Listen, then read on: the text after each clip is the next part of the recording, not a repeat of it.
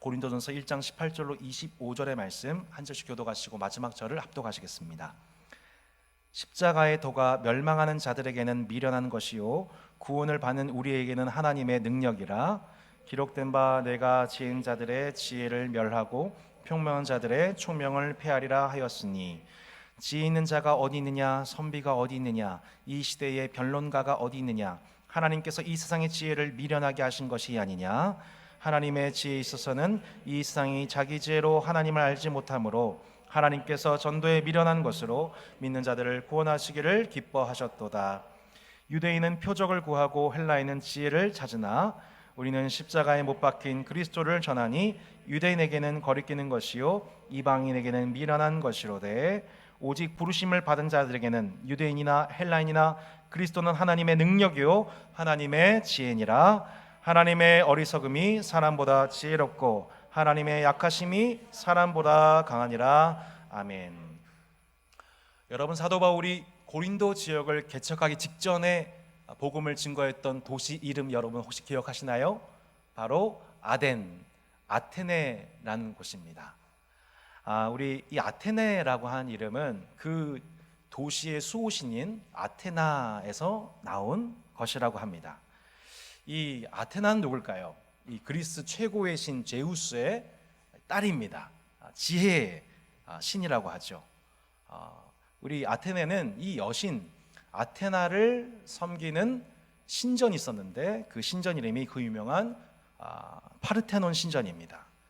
그리고 아테네 여행을 가게 되면 파르테논과 더불어서 유명한 여행지가 하나가 있는데 그게 뭐냐면 아레오바고라고 하는 석회암으로 된 언덕입니다. 이 아레오바고는 어떤 곳이냐면 우리나라 서초구, 우리 서초동과 같은 곳입니다. 그래서 국내의 법적인 문제들을 재판하는 곳이죠.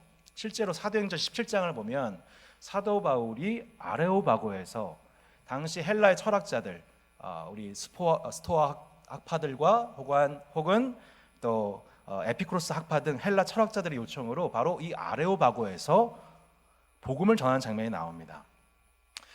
이 두 학파 간의 반복되는 토론 속에서 이들은 늘 새로운 지식에 대한 목마름을 지닌 사람들이 헬라파 철학자들이었습니다.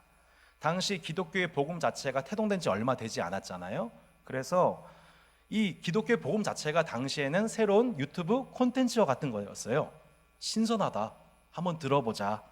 그래서 이 헬라 철학자들이 바울을 아레오바고에 세워놓고서 너가 믿는 그 복음을 한번 얘기해봐라. 그렇게 사도 바울이 예수님의 복음을, 십자가와 부활의 복음을 아레오바고에서 헬라 사람들한테 증거를 했던 것이죠. 자, 헬라 사람들의 반응이 어땠을지 여러분 궁금하지 않습니까? 네, 하나도 안 궁금해도 설교 흐름상 할 수밖에 없습니다. 사도행전 17장 32절로 말씀 보시면 이렇게 나와 있습니다. 34절까지 보시면 한번 읽어보실까요? 시작. 그들이 어떤 사람은 조롱도 하고 어떤 사람은 이 일에 대하여 내 말을 다시 듣겠다 하니, 이에 바울이 그들 가운데서 떠나매 몇 사람이 그를 가까이하여 믿으니 그 중에는 아레오바고 관리 디오누시오와 다말이라 하는 여자와 또 다른 사람들도 있었더라. 자, 첫 번째 부류는 어떤 사람들이었습니까? 이것을 비웃었습니다. 대다수 사람들이 비웃었죠. 어떤 사람들은 다음에 한번 들어보겠다라고 이렇게 사도 바울에게 얘기한 사람, 교양이 있는 척한 사람도 있었습니다. 마지막으로 그 복음을 받아들인 사람, 최소 4명 이상의 사람들이 받아들였습니다. 그렇게 해서 그 아레오바고에서 조롱과 따가운 시선을 받으면서 혹시나 이것이 법적인 분쟁으로 이어질까 도망치다시피 사도 바울이 나와서 가게 된 도시가 어디였습니까? 바로 고린도였던 것이죠. 자, 이러한 헬라인에 대한 사도 바울의 평가가 무엇인가가 오늘 본문의 고린도전서 1장 22절 23절 말씀에 나오는 것을 보게 됩니다. 자, 뭐라고 나와 있나요? 유대인은 뭘 구하고요? 표적을 구하고, 헬라인은 뭘 찾습니까? 지혜를 찾으나 우리는 십자가에 못 박힌 그리스도를 전하니 유대에게는 거리끼는 것이요 이방인에게는 미련한 것이로되. 자, 헬라인들 곧 그리스도인들에게 그리스도인들이 사도 바울을 아레오바고의 강연자로 세웠던 이유도 그들은 지혜를 구하는 자들이었기 때문이죠. 자, 그리스 신화를 보면은 그 그리스 신화에 항상 최고의 신들에게 하위 계급의 신들이나 혹은 인간이 찾아가서 뭘 구해요? 지혜를 구합니다. 저한테 이러한 어려움이 있는데 좀 해결해 주십시오. 이걸 신탁이라고 하죠. 그리스 신화에는 항상 신탁이 등장합니다. 그러면 그 그리스 신화에 나오는 신들이 항상 지혜 있게 힘 있게 그 문제를 해결해 줍니다. 그리고 그 신을 칭송하게 되죠. 그런데 여러분, 사도 바울이 그들 앞에서 증거한 신의 모습은 어떠합니까? 신인데 그 신이 인간의 몸, 하위 계급에 해당되는 인간의 몸을 입었다고 합니다. 뭔가 좀 이상하죠? 게다가 인간으로서 십자가에서 피 흘려 연약하게 죽습니다. 아니, 신이 어떻게 이렇게 무력해? 그리스 사람들, 헬라 사람들에게 있어서 이 기독교의 복음은 어떤 것이에요? 별로 와닿지 않은, 그 신이 별로 매력적이지가 않았다는 것입니다. 그리스 신들의 고상함, 강력함과는 거리가 있었던 것이죠. 너무 인간적이에요. 너무 연약해요. 그래서 아레오바고에서 사도 바울이 예수 그리스도를 증거했을 때 사람들은 대부분이 이를 비웃었다라고 나와 있습니다. 헬라인들이 이렇게 지혜를 구하는 자들이었다면 여러분, 유대인들은 무엇을 구하는 자였습니까? 유대인들은 뭘 구한다고요? 말씀에 표적을 구하는 자들이었습니다. 사도 바울이 유대인들에게 복음을 증거할 때마다 유대인들은 사도 바울에게 뭘 요구했어요? 표적이 없다, 표적이 약하다, 이런 식으로 반박을 했던 것입니다. 여러분, 유대인들이 왜 이렇게 표적을 구했을까요? 여러분, 유대인들이 당시 로마 제국의 압제를 당하고 있는 상황입니다. 그 압제를 당한 상황 속에서 여러분, 그들에게 어떤 지도자가 필요합니까? 어떤 메시아가 필요합니까? 로마 제국을 전복하고 자신들을 해방해 줄 정치적 강력한 힘을 지닌 메시아, 그 메시아를 다윗 후에 메시아를 보내신다고 구약에서 약속했으니 그 메시아를 어서 보내주소서라는 것이 그들의 간구였던 것입니다. 그것이 그들이 꿈꾸던 하나님 나라였어요. 여러분, 그래서 당시 이 유대인들이 가장 많이 성경 중에서 어떤 말씀을 가장 많이 애용하고 묵상했을까요? 여러분, 한번 상상해 보십시오. 어떤 말씀을 제일 좋아했을까요? 지금 뭐라고 했는데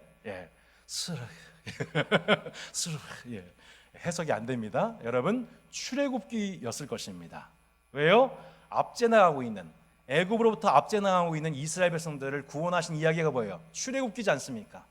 그들이 고통 중에 부르짖을 때에 하나님께서 누구를 보내셨어요? 메시아적 존재 모세를 보내요. 그들을 구하셨습니다. 그들을 구원하실 때 어떻게 구원하셨나요? 총 10가지 재앙을 통해, 기적을 통하여서, 표적을 통하여서 그들을 구원하셨죠. 이거 주일학교 애들도 다 아는 내용입니다. 10번의 표적을 통하여서 하나님께서 애굽으로부터 이스라엘을 구원해 내셨습니다. 그 표적만이 아니었죠. 그들을 광야로 불러내신 다음에 하나님께서는 이스라엘 가운데 살아계신 주의 표적을 매일 나타내셨습니다. 어떻게 해요? 만나와 메추라기를 통하여서 40년 동안 하나님께서 매일 표적을 나타내셨습니다.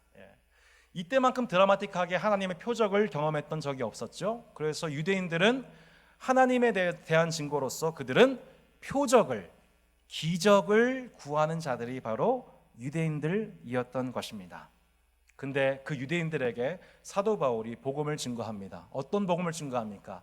하나님께서 아들을 보내셨다. 인간이 몸이 되게 하셨다. 그런데 그 아들이 우리를 위해서 십자가에 못 박혀 죽고 사흘 만에 부활하였다. 육체의 죽음과 피 흘림과 부활을 증거합니다.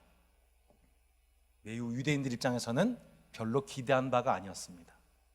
십자가에 못 박혀 죽다니, 하나님이신 그분이 십자가에 못 박혀 죽다니, 이건 유대인들에게 있어서 어떤 거예요? 매우 거리끼는 것이었습니다.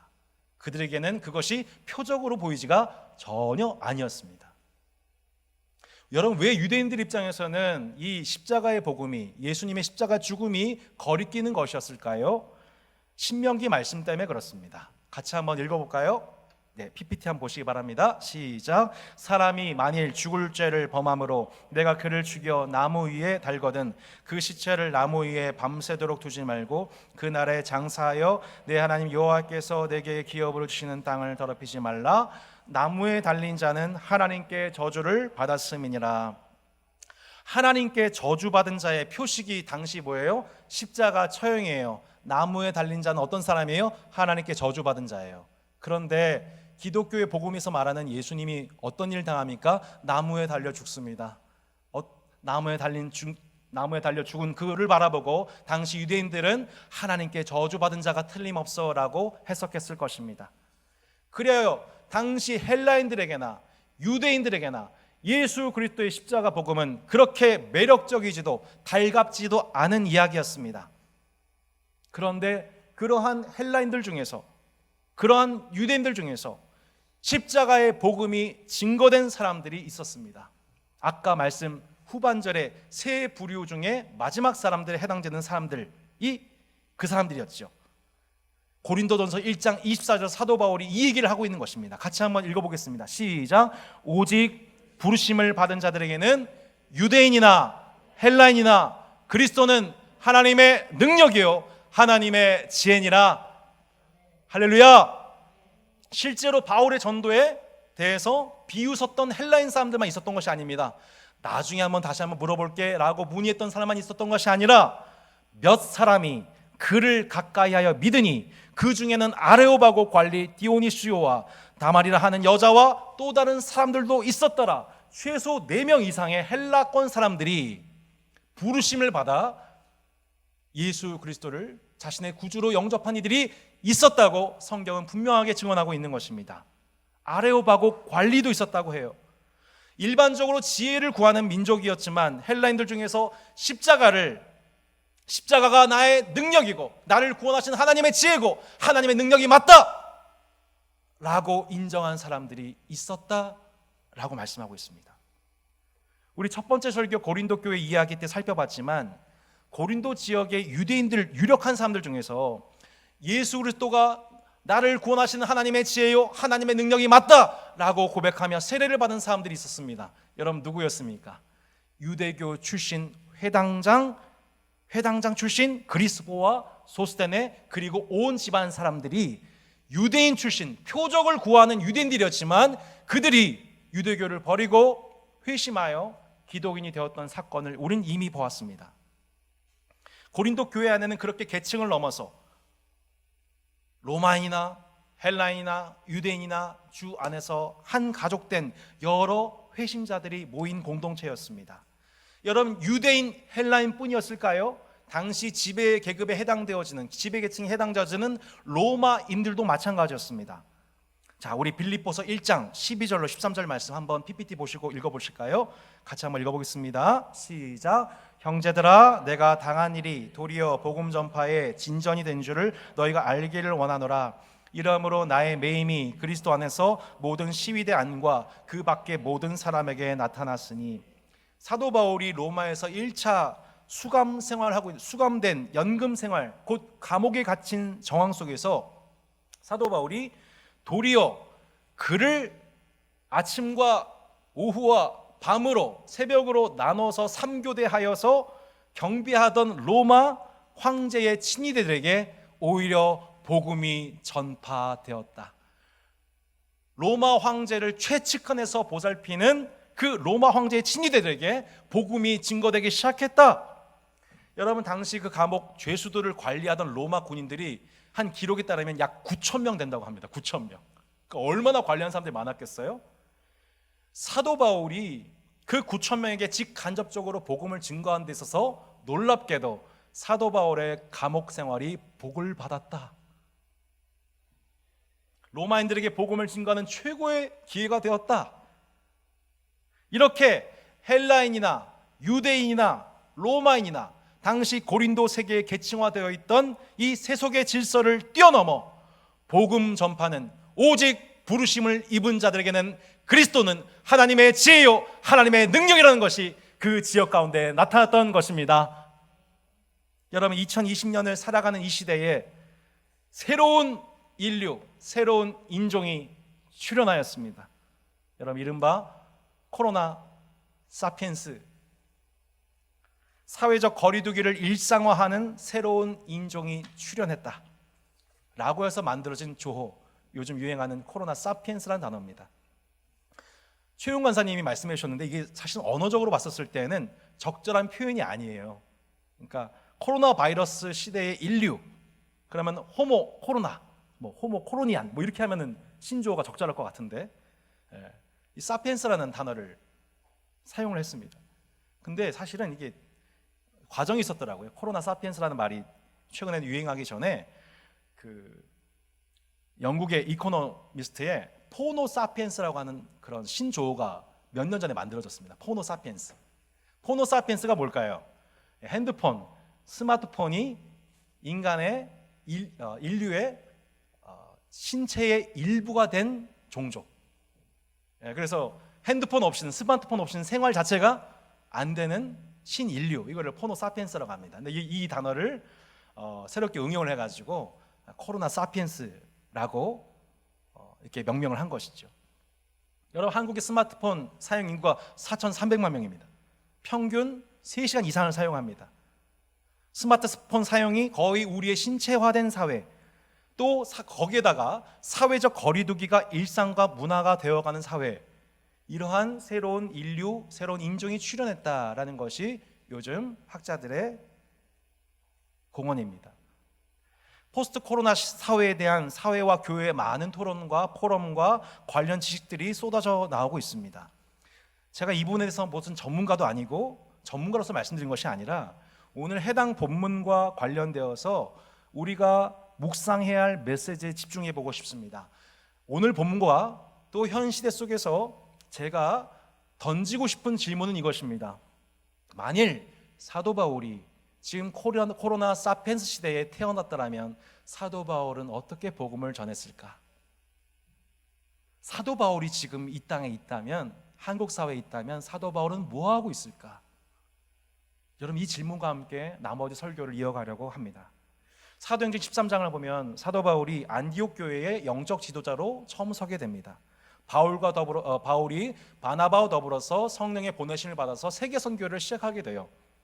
말씀을 증거하기 위해서 사도 바울이 맨 먼저 찾아간 곳이 여러분 어디였을까요? 당시 유대교인들이 모여있는, 유대인 10명이 있으면 각 도시마다 세워지는 회당을 찾아갔습니다. 그것이 가장 적합한 선교 적합지였습니다.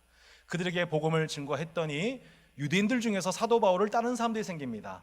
그랬더니 당시 지도자들이 이 사도 바울을 시기하여서 그를 죽이려 들죠. 그러면 사도 바울이 그 일로 인해서 낙심하면서 괜히 복음 전했어, 무서워 하면서 복음 전도를 그치지를 않습니다. 우리 사도행전 13장 46절로 49절 말씀을 한번 보시기 바랍니다. 같이 한번 읽어볼까요? 시작. 바울과 바나바가 담대히 말하 이르되 하나님의 말씀을 마땅히 먼저 너희에게 전할 것이로되 너희가 그것을 버리고 영생을 얻기에 합당하지 않은 자로 자처하기로 우리가 이방인에게로 향하노라. 주께서 이같이 우리에게 명하시되 내가 너를 이방의 빛으로 삼아 너로 땅까지 구원하게 하리라 하셨느니라 하니 이방인들이 듣고 기뻐하여 하나님의 말씀을 찬송하며 주시기로 작정된 자는 다 믿더라. 주의 말씀이 그 지방에 두루 퍼지니라. 아멘. 유대인들이 박해하니 사도 바울이 선교를 멈췄더라가 아니라 얘는 어떻게 돼요? 이방인에게로 가노라. 도리어 유대인으로부터 온 핍박으로 말미암아 그 불꽃이 어디로 튀었습니까? 이제 이방인에게 더 강력하게 복음을 증거하는 도구가 되었습니다. 여러분, 사도행전을 한번 살펴보십시오. 사도행전에서 AD 30년경에 주의 몸된 교회가 너희는 예루살렘과 온 유대와 사마리아와 땅끝까지 이르러 내 증인이 되라 라고 주님 말씀하셨잖아요. 성령을 받고서. 그런데 이방인 선교가 본격적으로 열리기까지 당장 간 게 아닙니다. 초반에 예루살렘 유대 중심으로 10년여의 시간이 흐릅니다. 그죠? 그 다음에 간신히 이제 사마리아로, 빌립이, 사도행전 8장에서 빌립이 간신히 나간 곳이 그때 사마리아였어요. 그러다가 또 시간이 흐르고 계속 지지부진합니다. 근데 마침내 여러분, 이방인들에게 복음을 증거하기 시작한 때가 언제입니까? 스데반의 순교 이후에 교회가 흩어졌을 때에, 그때 비로소 이방인 선교가 시작되어지게 됩니다. 고넬료라고 하는 이방인 중에 하나님을 경외한 자가 성령을 받는 것을 보고서 예루살렘 교회가 눈이 열리게 됩니다. 본격적으로 그때부터 이방인 선교가 열리게 되고. 근데 여러분, 사도 바울도 이방인 선교를 시작하지만 맨 처음부터 직접적으로 이방인한테 간 게 아니었어요. 유대인한테 먼저 갔어요. 근데 거기서 핍박이 일어나니까 자연스럽게 그 흐름이 어디로 향해요? 이방인들에게. 여러분, 교회의 선교 역사는 이렇게 때로 무계획적입니다. 비계획적입니다. 생각하지도 못한 활로가 열리게 되는 것입니다. 우리가 계획했던 것 그 이상으로 하나님이 늘 우리가 구하거나 생각한 것 이상으로 넘치도록 하신 하나님이신 줄로 믿습니다. 우리의 계획을 뛰어넘는 하나님이신 줄로 믿습니다. 제 설교도 제 계획을 뛰어넘어 성령께서 역사하여 주시기를 바랍니다. 그게 제 늘 설교의 바람이에요. 하나님, 저는 부족합니다. 교회는 늘 부족합니다. 우리 계획은 요만큼밖에 안 됩니다. 그러나 우리 하나님은 그것을 뛰어넘어 역사하여 주시옵소서. 자, 바울이 이렇게 유대인들의 핍박을 받았을 때 핍박으로 끝이 아니라 그것이 뭐예요? 더 강력하게, 더 확실하게 이방인들에게 복음을 증거한 도구가 되었어요. 그랬더니 그 결과가 뭐였어요? 많은 이방인들이 복음을 듣고 기뻐하면서 영생을 주시기로 작정된 자는 다 믿는 선교 역사가 일어나요. 사도 바울도 예상하지 못했던 거죠. 이를 보고서 유대인들이 또 시기를 합니다. 또 시기를 했더니 여러분, 결국 바울이 또 시기하네, 무서워, 아니에요. 바울이 바로 나와서 또 그 지역에 복음을 유대인들은 전하러 갑니다. 그 전하러 갈 때, 이고니온으로 갈 때 사도 바울과 전도자들의 마음 상태가 어땠을까요? 여러분, 이렇게 나와 있습니다. 같이 한번 읽어보겠습니다. 시작. 두 사람이 그들을 향하여 티끌을 떨어버리고 이고니온으로 가거늘 제자들은 기쁨과 성령이 충만하니라. 자, 저를 한번 따라 보겠습니다. 제자들은 기쁨과 성령이 충만하더라. 아멘. 제자들은 기쁨과 성령이 충만하더라. 여러분, 박해를 받고 있는데, 시기를 받고 있는데 뭐가 그렇게 기쁨이 충만합니까? 이 지역에서 복음으로 얻은 유대인들 때문이었습니다. 복음이 전파된 이방인들 때문이었습니다. 그리고 이제 나아가게 되는 이고니온 땅에서 예비된 하나님의 역사에 관한 기대감 때문에 그랬습니다. 여러분, 이러한 사도 바울과 일행을 누가 말릴 수 있었을까요? 누가 복음을 전파하고자 하는 사도 바울의 자유를 말릴 수 있었을까요? 그들이 그렇게 연이어 이고니온에서 또 어디 가요? 또 회당 들어가요. 또 회당 들어가서 유대인들한테 복음을 전해요. 그러다가 또 시기를 받아요. 또 핍박을 받아요. 하지만 거기서 유대인들을 얻고 또 그 불똥이 어디로 가요? 이방인들은 또 나아가게 돼요. 또 핍박을 당해요. 도망가서 근방 도시에 복음을 전해요. 많은 제자들을 얻습니다. 복음 전도가 멈추지를 않습니다. 그로 인한 고난과 핍박도 멈추지 않았지만 그 고난과 핍박이 오히려 불쏘시개가 되어서 이방인 전도를 향한 열정만 더 기름 붓게 된 꼴이 된 것입니다. 어떤 때는 유대인들에게 핍박을 받습니다. 어떤 때는 헬라인들에게 비난을 받습니다. 마지막으로 사도행전 마지막을 보면 로마인들에게 체포를 당합니다. 핍박과 비난과 체포의 어떤 과정 속에서도 사도 바울의 복음 전도는 멈춰지지가 않았습니다. 여러분, 기억하십시오. 사도 바울의 복음 전도는 한 번도 멈춰진 적이 없습니다. 사도 바울의 복음 전할 자유를 그들이 절대로 뺏어가지 못합니다. 이것을 기억하셔야 돼요. 사도 바울은 로마 시민권자이기도 하고 유대인이기도 하고 동시에 헬라 이방 세계를 이해하는, 그들에게 부름받은 전도자였습니다. 유대인은 표적을 구한대요. 헬라인들은 지혜를 구한대요.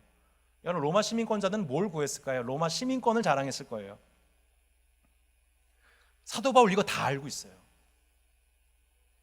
헬라인은 지혜를 구한다는 것, 유대인들은 표적을 구한다는 것, 로마 시민들은 시민권 자랑하는 사람들인 거 다 알아요.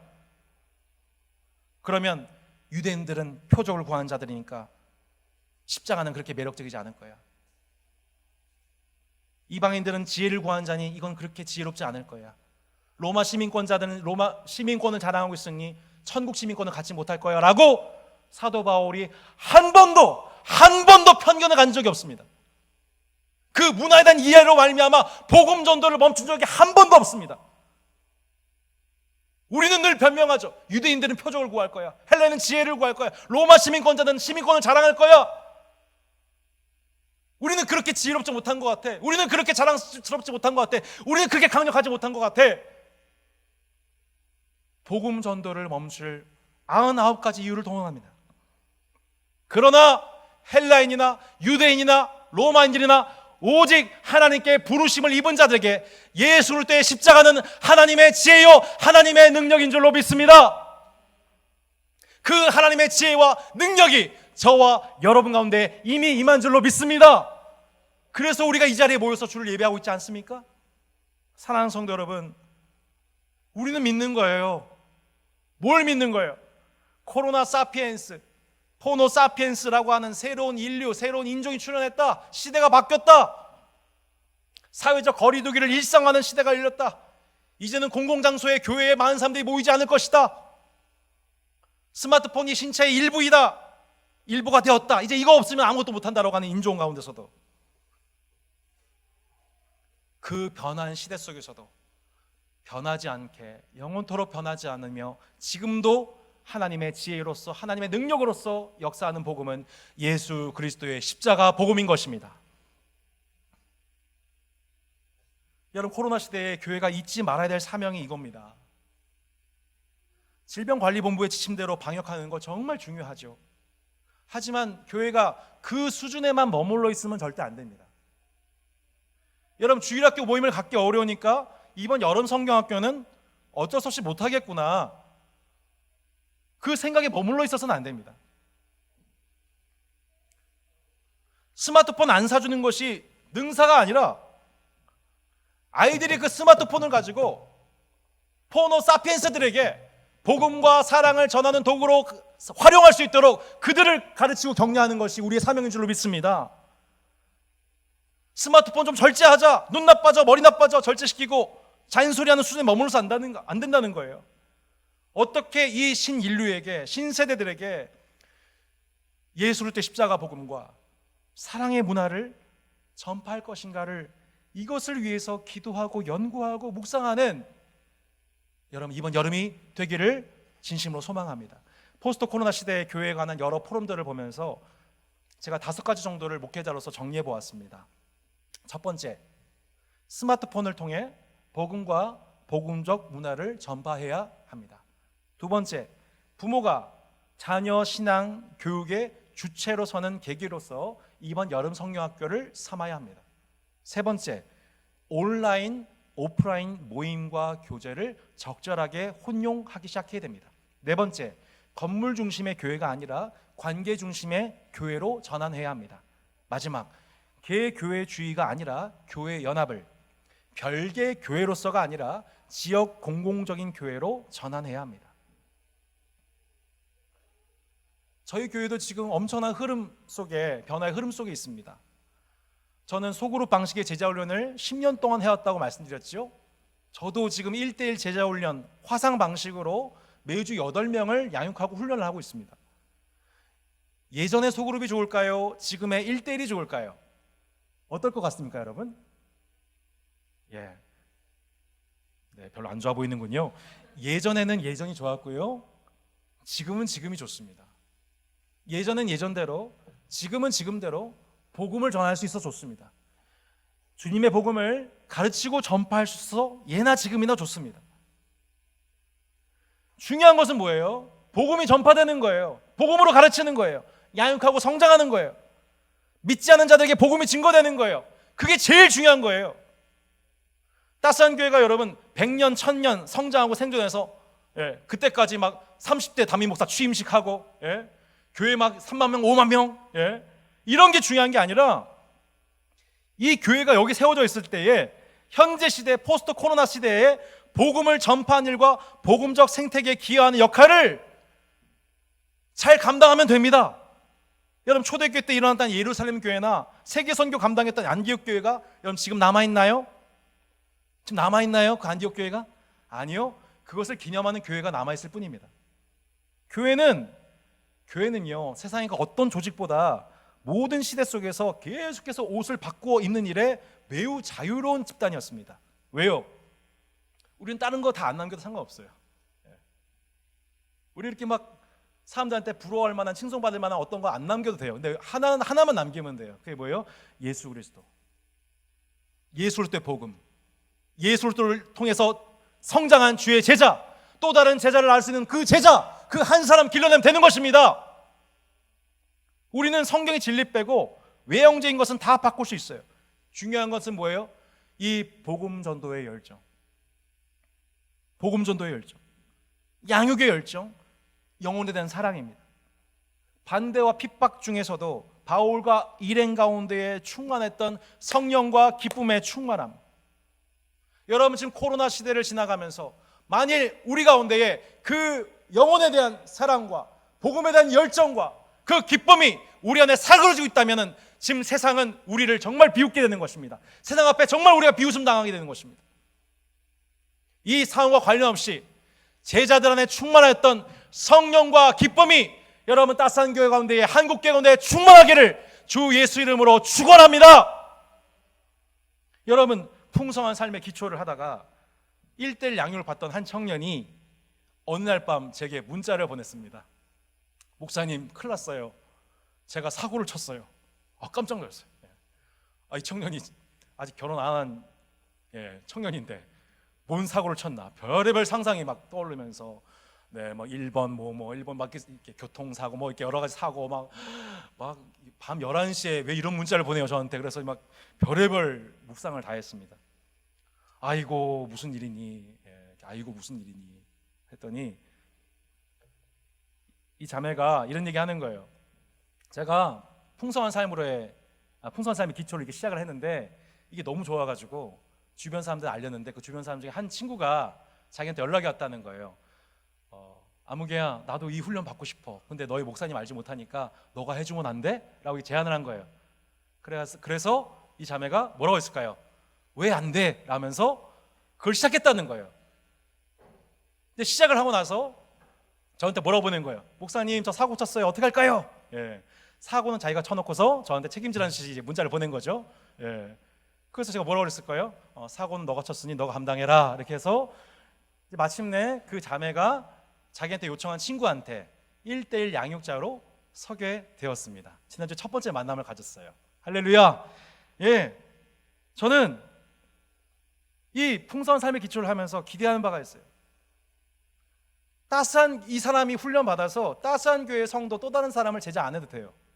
지금 따스한 교회 밖에 수많은 가난한 성도들이, 수많은 교회와 목회자 상처받고 떠나간 사람들이 얼마나 많은지 모릅니다. 이 시대에 상처받고 교회는 가기 싫지만 복음을 알고 싶어하는 목마른 사람이 얼마나 많은지 모릅니다. 전 나머지 훈련생들이 다 그렇게 주님이 허락해 주시는 또 다른 누군가에게 복음을 증거할 수 있는 주님의 제자가, 주님의 교사가 되기를 주 예수 이름으로 축원합니다. 따스한 게 모든 성도들 마찬가지예요. 여러분, 꼭 우리 교회 중심 아니어도 돼요. 지금 복음에 목말라 있는, 사랑에 목말라 있는, 격려에 목마른 사람들이 여러분 주변에 얼마나 많은지 모릅니다. 여러분, 우리 그리스도인들은 이미 주 안에서 영생을 받은 자인 줄 믿습니다. 이미 부활에 대한 소망을 받은 자인 줄 믿습니다. 그렇다면 여러분, 이 코로나 바이러스 시대 때 우리가 똑같이 두려워야 되겠어요? 똑같이 염려만 해야겠어요? 방역 지침만 준수하는 것이 우리의 복음이 되겠어요? 여러분, 이때에 사도 바울처럼 담대하게 주의 복음을 여러분 주변에 있는 동역자들에게, 낙심자들에게, 소망 없는 자들에게 여러분 주의 복음을 증거할 수 있는 여러분 되시기를 주 예수 이름으로 축원합니다. 사회적 거리두기에서 영상으로 예배를 아쉬움들이 참 많습니다. 그런데 여러분, 지난주 제가 카톡방에 말씀드렸죠. 생각지도 않게 가족들이 함께 예배를 참여하는 도구가 되었다. 내가 복음에 참여하지 못하고 있는 것 같은 상황이 어떻게 되었어요? 도리어 복음이 증거된 도구가 되었어요. 교회에서 전도 집회 하지 않아도, 교회에서 1년에 한두 번 있는 교회 전도 집회 새가족 초청해도 한 번 올까 말까, 간신히 올까 말까 싶은데 오히려 가정에서 함께 하나님 말씀을 들을 수 있는 계기도 되었어요. 여러분, 사회적 거리두기에 동참하는 모습 보면서 교회가 사회와 동떨어진 집단이 아니라 공공유익에 기여하는, 신뢰할 수 있는 곳이구나, 그간 잃어버렸던 믿음을 회복할 수 있는 계기가 될 수 있습니다. 코로나 바이러스 이후에 교회 곳곳에서 이런 간증들도 들려옵니다. 그간 청년과 장년과 주일학교 항상 따로 예배를 드리다가 가정에서 온 세대가 함께 예배드리는데 정말 처음으로 기도 제목 나눠봤다. 난 내 자녀가 이런 기도 제목과 이런 믿음을 갖고 있는지 처음 알았다. 항상 분리되어서 있다가 온 세대가 연합할 수 있는 계기가 되었으니 얼마나 감사한지 모른다. 감사헌금 드린 경우가 얼마나 많은지 몰라요.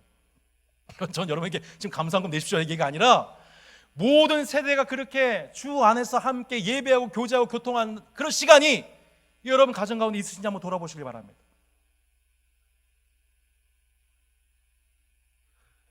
정말 그 예배가 하나님의 은혜를 체험하는 하나님의 젖줄인 이 예배를 통해서 한 가정과 관계가 사회가 치유되는데 생명적으로 정말로 예배가 기능하고 있는지 각 가정 가운데에서 우리가 돌아볼 수 있는 좋은 기회라는 것입니다. 물론 우리의 기존 소그룹과 교제권이 약해지는 아쉬움이 커져가는 때입니다. 저는 오늘도 안타깝게도 이 예배가 끝나자마자 주님의 이름으로 명령할 것입니다. 안녕히 귀가하십시오. 예. 마스크 벗지 마시고 손소독제 바르시고 안녕히 귀가하십시오. 정말 안타까운 그 교제권을 허물어야 되는 그 악역을 감당해야 됩니다. 여러분 이럴 때 우리는 줌을 통해서 좀 화상 채팅을 많이 활용해 보면 좋겠습니다. 어른분들 여러분 카카오톡 처음 사용하실 때 맨 처음부터 사용하셨나요? 문자 하면 되지 무슨 카카오톡이야 그랬을 겁니다. 그러나 이제 모두가 공용하고 있지 않습니까? 현 시대에 바이러스 전염에 대한 두려움 없이 정서적인 공감을 나눌 수 있는 매우 유용한 틀입니다. 비단 이건 교회의 교제만이 아닌 것 같아요. 이 도구를 활용할 수 있는 것은 우리의 교제만이 있는 거 아닌 것 같아요. 여러분 주위에 믿지 않는 이웃이나 가족들도 마찬가지입니다. 지금 코로나 사피엔스 세대가 겪고 있는 코로나 블루, 사회적 거리두기를 강조하면 강조할수록 여러분 이 인류에게 또 다른 정신적인 어려움, 영적인 결핍, 관계적인 공황 이런 것들이 더 많아지게 됩니다. 여러분 누가 다 돌보겠습니까? 누가 이들에게 복음을 전하면 이들을 누가 그 인생을 격려하겠습니까? 여러분이 만나셔야 돼요. 여러분 지금 줌이 있어가지고 뭐 미국이나 유럽이나 전 세계에 있는 어떤 낙심자든지 우리가 줌을 통해서 만날 수가 있어요. 코로나 블루 때문에 지금 여러 가지 가정에서 폭력을 행사하고 부부간의 갈등이 발생하고 자녀들에게 폭력을 행사하는 이런 안타까운 일들이 일어나고 있는 가운데 사회적 거리두기는 그것을 다 책임지지 못해요. 다 해주지 못해요. 우리가 먼 곳에 직접 나가지 못해도 그들을 직접 만나지 못해도 화상을 통해서 복음과 사랑을 그 인생을 격려할 수 있는 절호의 시대. 코로나로 말미암아 우리가 모이지 못해서 복음이 약화된 시기가 아니라 그 어느 때보다 사랑과 복음과 격려가 필요한 인생들에게 복음이 필요한 자에는 복음을, 사랑이 필요한 자에는 사랑을, 격려가 필요한 자에는 격려를 전할 수 있는 절호의 기회, 절호의 선교의 기회가 여러분 우리 앞에 놓여졌다 라고 감히 선포하고 싶습니다. 고린도전서 9장 23절 우리 마지막으로 이 말씀 한번 읽어보고 말씀을 좀 마무리하고 싶습니다. 같이 한번 읽어보겠습니다. 시작. 내가 복음을 위하여 모든 일을 행함은 복음에 참여하고자 함이라. 전도사님과 함께 다음 세대에서 많이 고민을 하고 있습니다. 그 고민 중에 하나가 뭐였냐면 주일에 이 자리에 모여서 함께 자녀들이 하나님 말씀 양육받지 못하니까 만화 성경책 12권짜리 각 가정마다 보내어서 그 방학 겸 해서 말씀을 보게 하자. 여러분 이번 여름 성경학교 우리가 늘 해오던 방식으로 그 방식으로의 성경학교는 못할지 모릅니다. 1박 2일, 2박 3일 이런 모임 방식이 아닐 수도 있죠. 가정에서 영상으로 화상 방식으로 제공할 수도 있습니다. 혹은 넓은 공원이나 캠프장에서 놀다가 만날 수도 있습니다. 제한적인 인원의 가정 방문의 형식일 수도 있습니다. 믿는 가정의 자녀들은 그렇게 교육할 수 있다는 거예요. 그럼 또 믿지 않는 자녀들은 어떻게 할 것인가 고민을 많이 했습니다. 여러분 한번 고민해 보십시오. 어떻게 믿지 않는 자녀들에게, 믿는 자들은 부모가 한다 치고 화상으로 한다 치고 믿지 않는 자들이 어떻게 복음을 증거할 것인가 고민을 해야 됩니다. 감사하게도 때마침 저희 교회 3층과 5층에 학원이 연달아 4개가 들어섭니다. 4층에도 이제 발레 학원이 들어서요. 피아노 학원, 영어 학원, 수학 학원, 발레 학원. 여름 내내 더운 날씨에 오고 가는 학생들을 위해서 무료 아이스크림을 제공해 보는 것입니다. 언제든지 교회 공간에서 쉬어갈 수 있고 아이스크림 먹을 수 있고 책을 보거나 보드게임을 할 수 있도록 이 장소를 오픈하는 거예요. 오랜 기간 자녀 교육으로 지쳤던 부모들에게도, 더위에 지쳤던 아이들에게도 조금이나마 도움이 될 수 있기를 바라는 것이죠. 중요한 것은 코로나라고 아무것도 안 하고 뒤로 물러가 있는 것이 아니고 복음을 위해서 그 무엇이든지 하려고 하는 것. 여러분, 하나님 앞에 그 작은 순종이 하나님께 큰 기쁨이 되고 능력이 될 줄로 믿습니다. 코로나에 대한 예측은 전문가들도 다 다릅니다. 백신이 개발돼서 예전처럼 모일 수 있을 것이라고 하는 최선의 시나리오에서부터 2차, 3차 세계적 대유행으로 사망자와 확진자가 지금보다 몇 배로 뛸 것이라고 하는 최악의 시나리오도 있습니다. 여러분, 우리는 계속 최선의 시나리오만 희망하면서 희망 고문에 시달리며 살아가야 될까요? 저는 그렇지 않다고 봅니다. 그러면 좋지만 최악의 상황도 대비해야 하는 것. 마치 요셉이 7년의 풍년의 때에 7년의 흉년을 예비했던 것처럼 우리가 그렇게 최악의 상황도 준비하는 지혜가 필요한 때입니다. 유대인들이 박해하고 헬라인들이 시큰둥해하고 로마인들이 체포했을지라도, 사도 바울이 최악의 상황에 왔을지라도 사도 바울의 복음 전파를 결코 막지 못했고 그 자유를 앗아가지 못했던 것처럼 한국교회를 통한, 따산교회를 통한 복음 전파와 우리 영혼의 자유와 성령의 기쁨을 세상에 빼앗아가지 못하도록 여러분 함께 합심으로 부르짖어 기도하고 때때로 기도하며 전도의 문을 열어주시기를 위하여 함께 기도하는 모든 성도분들 되어주시기를 주 예수 이름으로 부탁드립니다. 주님은 여러분을 이미 예수 그리스도 안에서 축복하여 주셨습니다. 여러분을 성도라 불러주셨고 축복의 통로라고 말씀하셨고, 그리고 그 모든 상황 속에서 함께 하신다고 약속하여 주셨습니다. 이 시간 여러분 잠시 기도한 시간 가지려고 합니다.